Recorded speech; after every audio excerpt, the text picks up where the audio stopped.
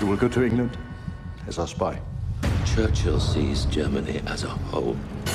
He's afraid that a bomb traced to England would mean invasion or worse. Invasion? Invasion? My country was invaded from within. Whew, that is the trailer for Bonhoeffer, a movie based on a true story set in World War II, following the story of Dietrich Bonhoeffer, a man who preached love while plotting Hitler's assassination. Yeah, for the man that brought you movies like Elf and Sully to your screen, Todd Kamarnicki is about to release another film. Welcome in. Thank you, Steph. Yes. Thank you, Laura. So nice Thank to you for have having me. you. I feel very underdrest. You look great. A local shirt, we must point out here. Everybody has Smokey to the Bear. listen to Smokey. The opening where you guys are all dancing and enjoying, was that just a candid moment that they found you wandering around, or were you? That's right. I was just like, because you seem kind of like hearts and kisses and dancing kind of people. I love how you saw a movie in our opening, which is incredible. Yes. We've got to talk about Bonhoeffer because this movie is really set for the times. Why now? Why now has nothing to do with me. I would say God's timing is the only thing I can say about why now. But it is timely because what we have in Dietrich Bonhoeffer is not just a man for all time, but I say a man for our time. Because what he did, his level of political courage, what he traded in, which was everything he had, his family, his money, his life, in order to stand up and fight evil. And he was really the first voice in Germany stepping out and saying Hitler is taking our country straight to hell. Wow, we're seeing some clips from it now. It looks so compelling. Tell us where it was shot, because I know you guys ran into some issues during COVID. Oh, do you? Who's telling you about our issues? Told us. No, COVID, boy, that's so long ago. No, it wasn't COVID issues. It starts with a CO and ends with a D, cold.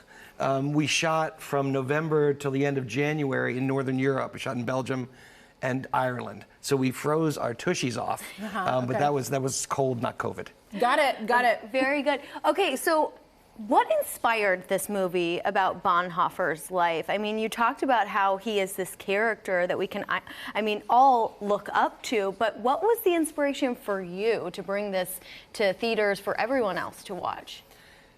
Once the story was brought to me, I knew his name. I'd read one of his books when I was in my early 20s. I knew he was sort of on the Mount Rushmore of Christian thinkers, but it was not a person that I engaged with. And when I found out his real story, that his life was a thriller, his life was a movie, and for the German people, starting in '33 when Hitler came to power, from that point on, their lives were an emergency. And I find in America, when we study World War II, we really don't talk very much about what happened before we were involved. So finding out what happened in 1933, the first thing that Hitler did to consolidate his power was he took down the Catholic and the Lutheran Church. He got that leadership to commit to him. And within a year, Bibles and crucifixes were coming out of churches, and Mein Kampf and the swastika was going in. Whew. Wow. Yeah. So much to take in. Yeah, how much did you learn in creating this, or was it a lot of research off the front? It's just a ton of research. He wrote 34 books. He lived only 39 years. But he left this legacy of brilliance and thought. And what I love about him as a hero is he was certain about the fact he was doing the right thing. But even in that certainty, he was so deeply human. He got afraid. He got filled with doubts. He battled the thought, am I doing the right thing? Is this cost too high? But always, as I would say, he despaired, but he never gave up. I find that so relatable because, my goodness, raising kids or working on a job or being stuck in traffic. I mean, we are constantly feeling overwhelmed and this thing is too much and I don't want to do this anymore. But that's not really an option. Like, life is all about what we push through. So watching a hero like Dietrich is inspirational on every level. On the grand level, what can we do to really change the world? And also on the micro level, how can we live more rich and loving and generous lives by just understanding the difficult things will happen and we're not victims, we're just, I would say, pre-victorious. Ooh, I love well that. said. Yes, because we all experience suffering. But, you know, it's incredible. This guy, as we mentioned, he put the movies Sully, the iconic film Sully, Elf. Explain.